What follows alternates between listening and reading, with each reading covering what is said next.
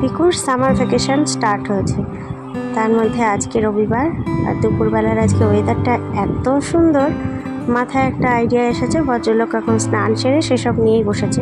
স্নান সেরে ঠিক না, স্নানের অনেক আগে থেকেই বসেছে। খাওয়ার জন্য ডাকাডাকি করছি, ওদিকে বেশ কিছু মানুষের খাওয়া দাওয়া আমাদের হয়ে গেছে।